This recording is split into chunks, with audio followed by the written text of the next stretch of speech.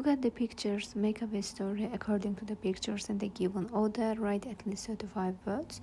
Şəkillərə baxın və verilən ardıcıllıqdakı şəkillərə uyğun olaraq hekayə qurun. Ən az 35 söz yazın. Nümunə cavab kimi qeyd edə bilərik. Once upon a time there was a boy named Ethan.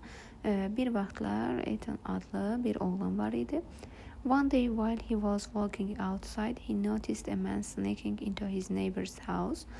Bir gün o çöldə gəzərkən bir kişinin qonşunun evinə oğurluğa girəcəyini gördü. The man was very careful, but Ethan saw him through the window. Kişi çox ehtiyatlı idi, lakin Ethan onu pəncərə vasitəsilə gördü. Ethan quickly ran to his phone and called 911. Ethan cəld bir şəkildə telefonuna qaçdı və 911-i yığdı. Then the police arrived quickly and they arrested the chief. Sonra polis cəld gəldi və onlar oğrunu həbs etdi. Ethan felt proud because he helped catch the bad guy. Ethan deyir ki, özünü qürurlu hiss etdi, çünki o pis bir gəncin tutulmasına köməklik göstərdi. The police thanked him for his bravery and said he was a hero.